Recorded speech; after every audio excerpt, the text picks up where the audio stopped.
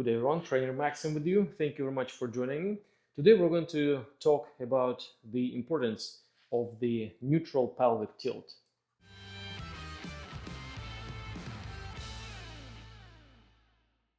As always, before we start, I want to thank everyone who supports my channel. Thank you so much for your nice and encouraging words. I really appreciate them. I appreciate you watching, you asking questions. Thank you so much. Also, your super thanks and donations are amazing. And my support angels, thank you. Thank you for supporting my effort. Thank you, everyone. Let's refresh our memory. In my other video on the spinal mechanic and the core mechanics, we discussed how we like to keep the spine neutral. Neutral spine means that all the spinal muscles along the spinal column are activated, and since they're attached vertebra to vertebrae, they're kind of gluing one vertebrae to another, given the spine its structure. When the spine is locked by the spinal muscles in the back and by the core muscles here, core spine, then that spine can be used by other muscles that are operating our limbs, arms or the legs, as a solid base to hold onto while they're pulling on the arm. Let's say if you're lifting any weight, you really would like to keep the spine neutral in order to provide good base for the shoulders to grab onto in order to pull the arm up. If the shoulder muscles don't have a stable upper spine, that when they operate, the spine might collapse forward and you will lose strength and stability and risk some injuries.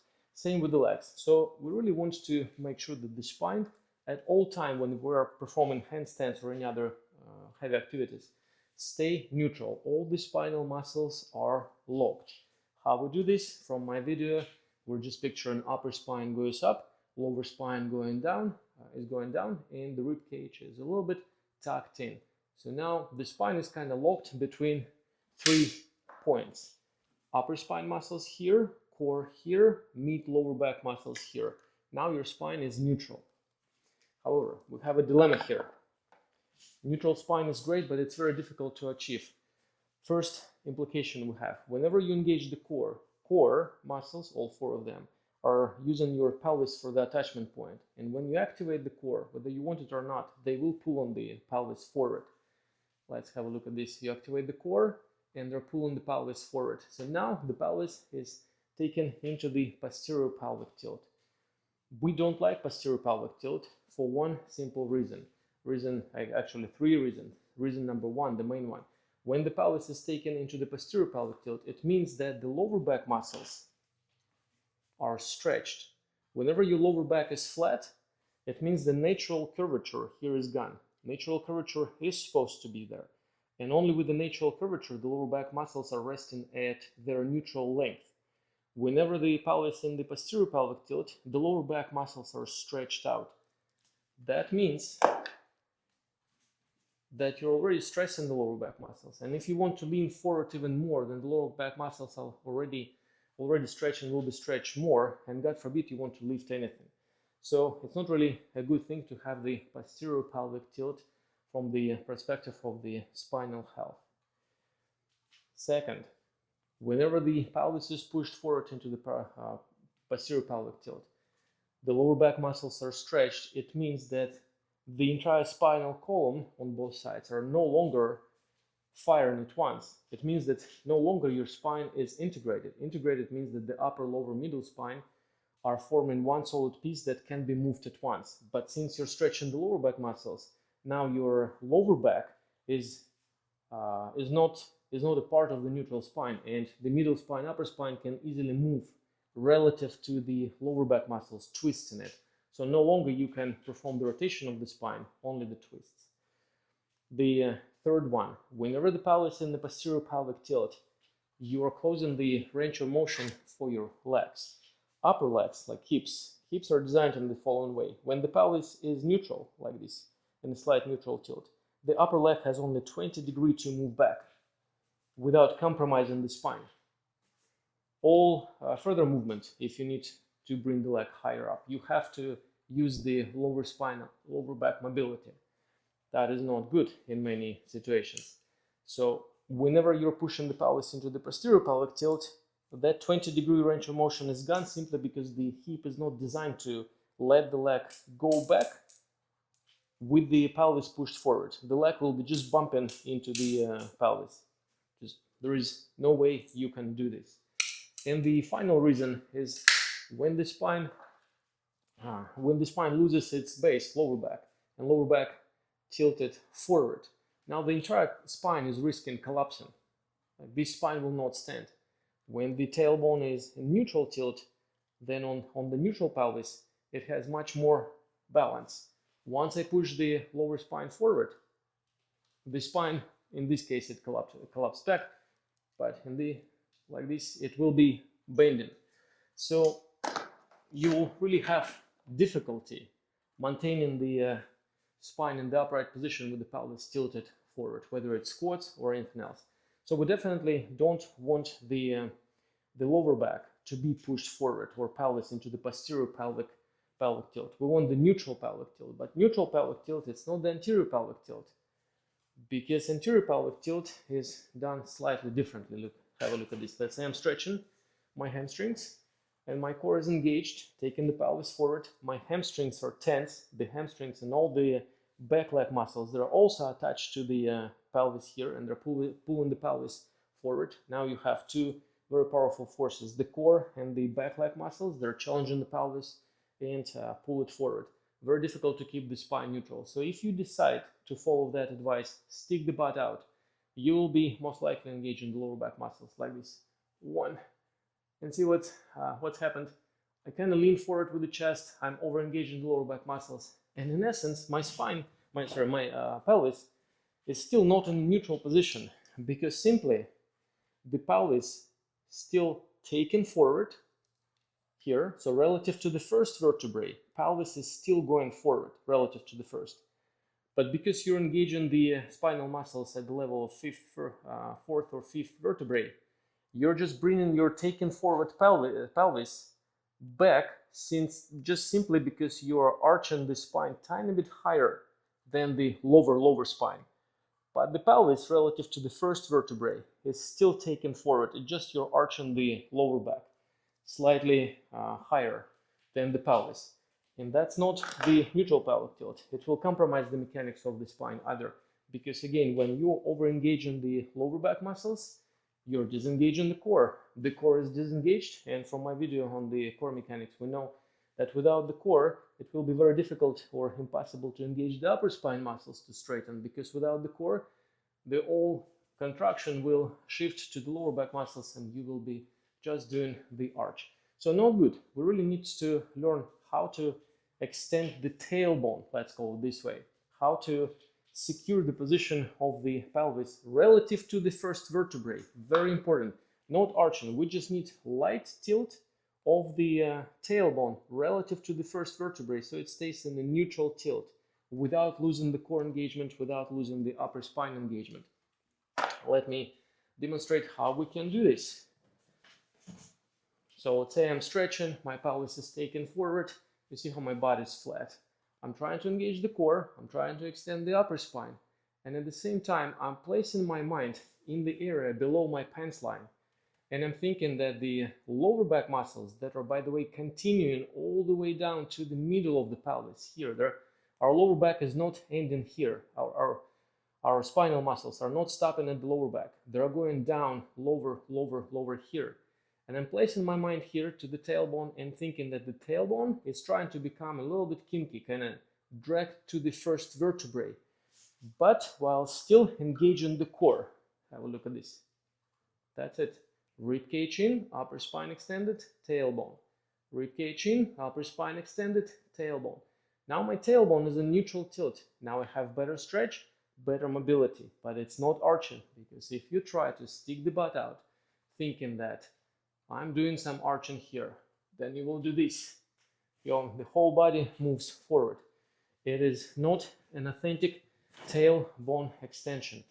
I understand it's very difficult to connect to that movement to make your tailbone kinky, because simply the spine was not designed at the time when the chairs and all other things to sit on were around. So whenever you are sitting down here, the tailbone will be taken forward. And after years of doing this, the brain simply loses the connections to the very lower back muscles that are going below below the pants line, and that's how we lose connections to those muscles and we stop using them. So we need to regain the control so that those muscles are pulling the pelvis in a kinky way relative to the first vertebrae, slightly this fashion. We don't want to think up or down or anything else, because that direction, technically, it's a little bit up to the ceiling, but it makes sense only when you're standing on the floor. When you're in handstands, where is the up? When you're tilted like this, where is up?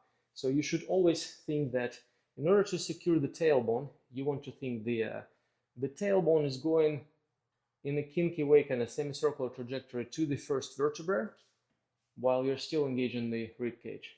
One. And that's it. And that will give you the authentic neutral spine, where upper spine is extended with the core securing the mid spine, and the lower spine is extended either pelvis is in neutral tilt, secured by the muscles of the lower back. Let's call them tailbone muscles, not the lower back muscles. And that's your neutral spine. With this neutral spine, you can be much more successful with squats, with handstands, and etc. Let me give you a couple of quick examples before we do drills. Let's say for the squats, the dilemma is you go down and the butt wings. Why the butt wings? Well, because first of all, the core engages a little bit and pulls the pelvis forward. And secondly, the back leg muscles, by virtue of being stretched on the way down, they're pulling the pelvis forward since they're attached to the pelvis here. Again, you have two powerful muscle groups affecting the pelvis into that posterior pelvic tilt. You need some other muscles to counter it, right? What are those muscles? One of them is the lower back muscles, tailbone. So you're picturing the tailbone is going up here. And the second group of muscles are hip flexors that are flexing the hip on the way down, because essentially the squat is the hip flexion exercise. And the hip flexors are attached to the pelvis, some of them, and to the spine, and they will be helping you tilt the spine into the neutral pelvic tilt. So now, if you do the squat correctly with this neutral tilt spine, then you have two entities kind of fighting each other, but as a result, no one is winning and the pelvis stays neutral. On the other hand, the core is trying to push the pelvis this way, and the back leg muscles trying to help the core to do this, to wing the butt. But on the other hand, you have the lower back muscles that are pushing the pelvis, the tailbone, into the kinky way, like this, and the hip flexors helping from the front. Now you're secured. Your butt is sticking out naturally, hips are open, since with the neutral pelvis, the hip mobility is restored and is at a place where it's supposed to be mobile. With the pelvis forward, you're not mobile.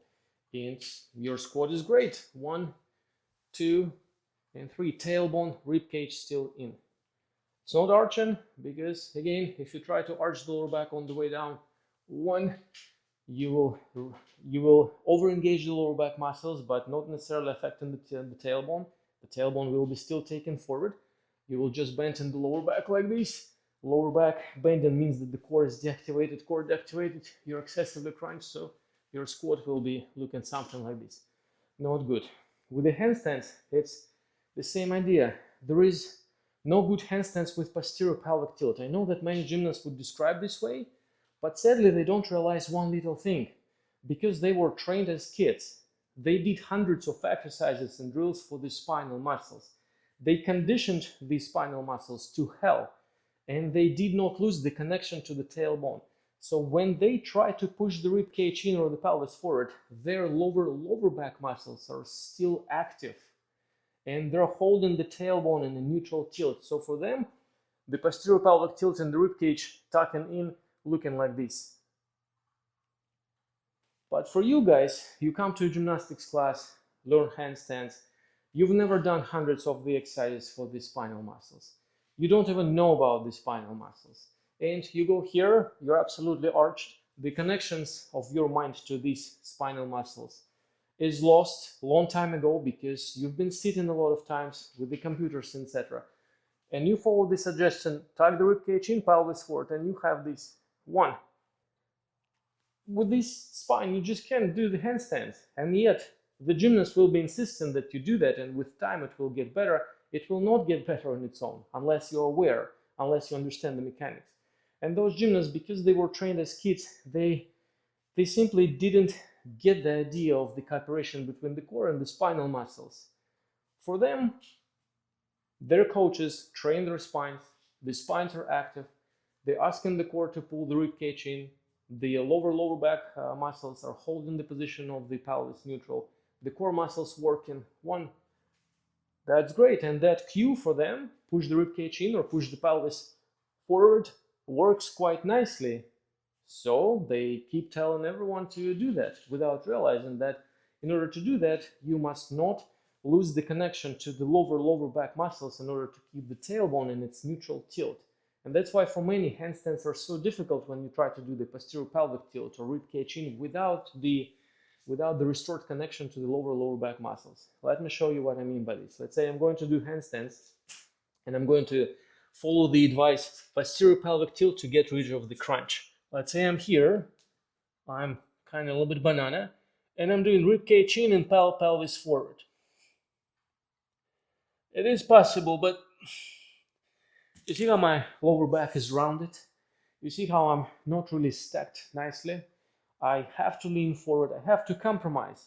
And for many people, it feels extremely difficult because essentially you're planching. So what we start doing? We start arching. Why we arch? Because we really want the legs to go back. But the legs, remember, can go back only with a neutral tilt. So by pushing the legs back, there is no range of motion here. So naturally you start doing the arch. One, and yes, you brought the legs back to line the legs in one line with the torso. But unfortunately, you compromise the spine and it's here, and your alignment is not here. You want to push the rib cage in, but the legs going back. Now you need to arch. You arching, but the rib cage out. And it's a perpetual fight. If you tuck the rib cage in without the lower back muscles, then the hips will be closed and the legs will go that way. And you will start falling off the handstands. You don't want to fall, you want the handstands. You will be correcting it with the lower back engagement, but that will push your rib cage out, compromising the alignment. But you don't want it, so you start pushing the rib cage in, and the same story repeats over and over. And hopefully your brain will figure it one day. But if you really know what to do, you don't have to figure it out. You just do that based on the knowledge. So compared to this, I go here and I'm still in the banana and I'm doing rib cage in and the same rib cage in like this one, rolling it in, and I'm doing my tailbone extension. One. That's it. With this, I can move my legs, no problem, because the tailbone is in neutral position, rib cage in. With this position, I can't move the legs. That's the secret. So we really need to gain the understanding first and regain the connection to the lower back muscles without losing the core muscles. So it's this tiny movement, that's it, which will help you with many exercises: squats, handstands, walking, running, healthy living in general. Because in order to lean down, let's say, if you do that without the tailbone, that's very difficult to lean. Yes, you can push the butt back or arch, it's even more difficult. Or you just lean forward, tailbone, rib cage, and the hip hinge happens quite naturally because the tailbone is still staying in its neutral position. There is no overarching of the spine. You just move this way. The tailbone muscles, the lower back muscles below the pants line, holding it, and you lean forward, and it feels much more natural without the pelvis collapsing down with the posterior pelvic tilt as we used to. It's very difficult to walk this way, and so on. So let's recap how we would make the spine neutral to activate all the spinal muscles along the spinal column on both sides, including the spinal muscles that continue running below the pants line all the way here. Simple things. We stand like this. We're picturing the rib cage is rolling in like this, not flattening, not tucking, rolling. One. Now you can engage the upper spine with the core. Upper spine, keep the tension in the core. Now you're picturing the tailbone is going in the semicircular trajectory to the first vertebrae, to the lower back. Not up, not down, to the lower back. One. Great. Now you're standing. You can move the legs with this. You can move the legs sideways, back, forward, whatever, as much as the natural trajectory allows. For as long as you keep the core engaged, upper spine, tailbone in the neutral position, you're good. Squats are good, planches, good morning exercises, everything. It's a tiny movement, but this movement is fundamental, quintessential for the neutral spine. Without this movement, there will be no good pull-ups, surprisingly it's related, no anything, because this movement will allow you to keep the spine neutral in many other exercises, unless you need to bend, of course. Press to handstands, pelvis neutral. Also, one small addition, even if you don't feel that the pelvis is really neutral, you have to try it. Of course, when you're lifting some things, the tension in the leg muscles and the core can be very present. So the tailbone might go slightly forward, but it must be happening through the resistance of the lower back muscles, so that these lower back muscles will be acting as a spring in order to spring back into the neutral pelvic tilt whenever possible. If you just let it go, there will be no good support. So whenever you do heavy exercise, even if you don't feel that the lower back is really neutral, you have to try all the time. Tailbone, tailbone, tailbone, tailbone, tailbone, on repeat. Press to handstands, everything. Final example with press to handstands, why it's difficult again for many people to press into the handstands. You go down here and your tailbone is taken forward by the tension in the core and the stretch of the hamstring. So it's very difficult to feel a sense of the spine hanging, because again, it's here, you go down and the tailbone is stretched like this, kind of the lower back muscles stretch, all the weight of the legs are here. So essentially this is your spine. See how heavy end of that spine will be pulled by the gravity down, so you cannot counter it. How to do this? It's not the shoulder muscles. Yeah, shoulder muscles can be strong, but you will have to lean extremely forward to planche in order to do this here and after return. It's extremely difficult and not so good for the shoulders. On the other hand, you just go into that position and you implement the same thing. Upper spine, rib cage, tailbone extended. See what's going to happen. I'm in this sloppy position and I'm thinking, so rib cage is already in, good, nice. Now upper spine extended, tailbone, tailbone, tailbone, tailbone, tailbone, tailbone, tailbone, tailbone, tailbone, tailbone, tailbone, tailbone, tailbone, tailbone, tailbone, tailbone, tailbone. That's it. Now, what I did here, my spine became flimsy. Yes, my tailbone did not look like it was extended, but I activated the muscles of the tailbone here. Those muscles grabbed my tailbone and provided me with the support. I connected those muscles to the rest of the muscles along the spinal column, and I made by this my spine well integrated, all the muscles of the spinal column fired, and I was able to take my spine into this position or even hang like this. And that's the power of the tailbone extension. Now let's see what exercises we can do. There are very simple ones in order to integrate this tailbone extension into our everyday life and training routine. The first exercise is very simple. You just go on all fours like this. Good, and roll the rib cage in, kind of arching, that's right, crunching excessively.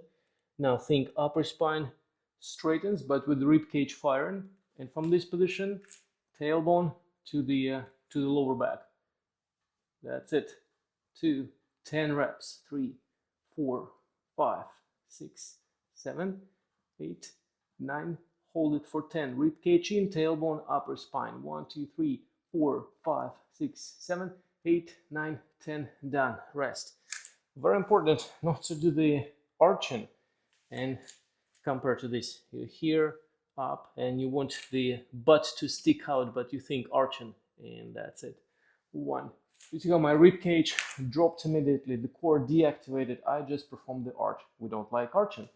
We would like to keep rib cage in, keep activating the lower back muscles to grab and drag the tailbone to the first vertebrae in the semicircular trajectory while the core holding the rib cage, while upper spinal muscles securing the upper spine.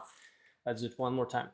So you go here, rib cage, upper spine. It's not the head up, it's the rib cage is trying to go slightly forward, dragged by the upper spinal muscles. Again, I described it in my other video, core mechanics.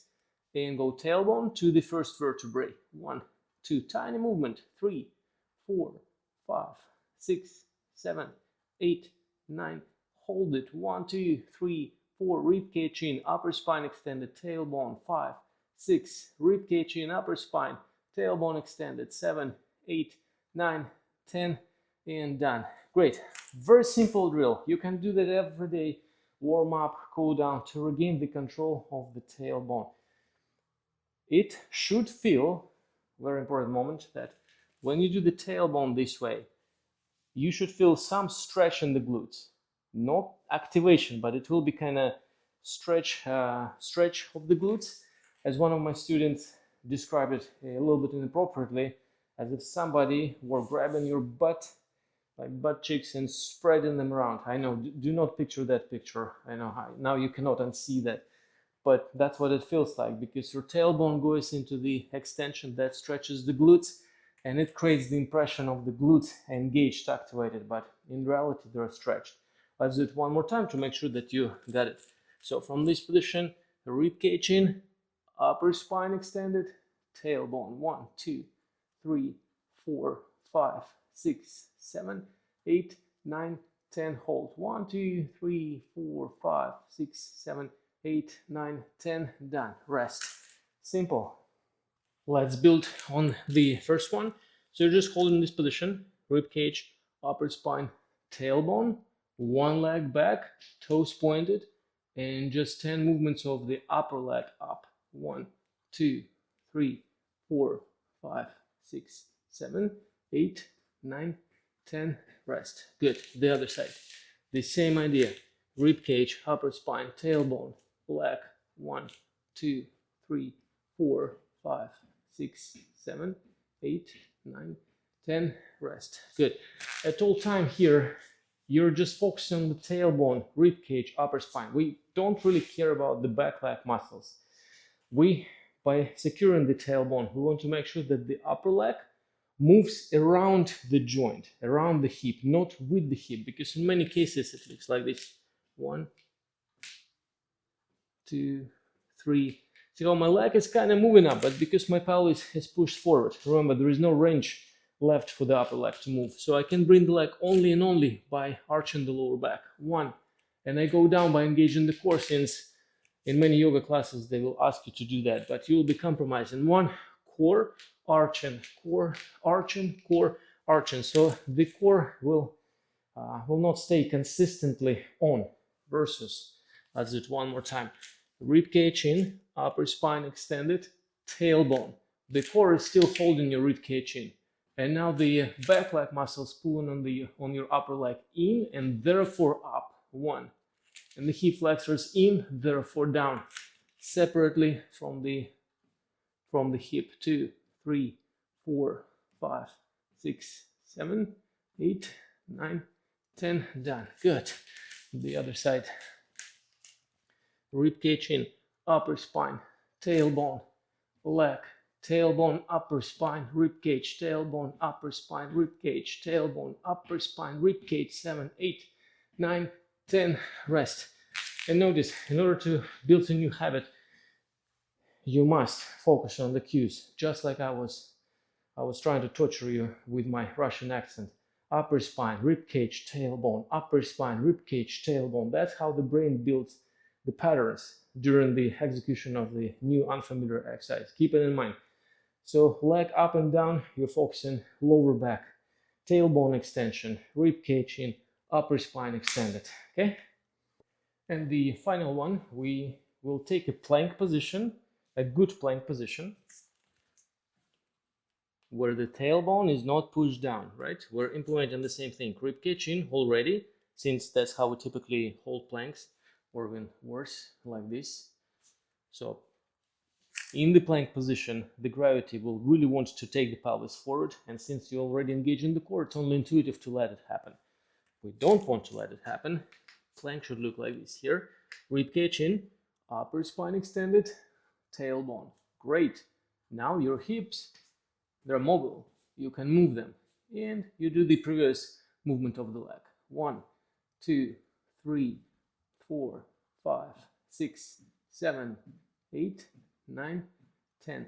No rush. You don't have to move fast. Very important. I can do this. It's more or less intuitive for me. But in your case, I want you to be very slow. Roll over back, tailbone extended, rib cage, upper spine. Slower. 1, no momentum. 2, 1, no momentum.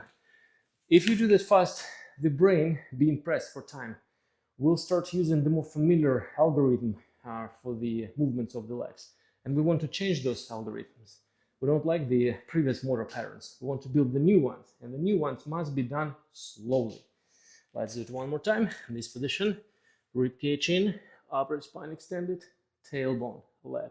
Slower. 1, 2, tailbone, rib cage, upper spine, tailbone, rib cage, upper spine, tailbone, rib cage, upper spine, tailbone, cage, upper spine, 10, rest. Very good. And that's it.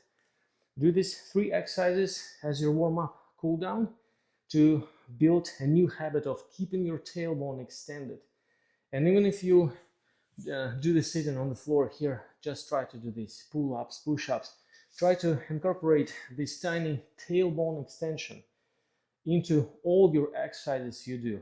Even when sometimes the tailbone doesn't look extended, like in my example for the press to handstands, those muscles must be activated, must be trying to extend the tailbone. Otherwise, if they don't even try, then even in plank, rib cage, upper spine, there is no trying from the tailbone muscles to take the tailbone up.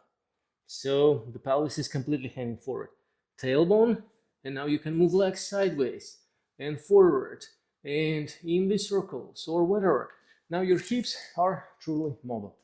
So use those 3 exercises, and next week I will try to do the full follow-up workout on this topic to help you with your kinky tailbones.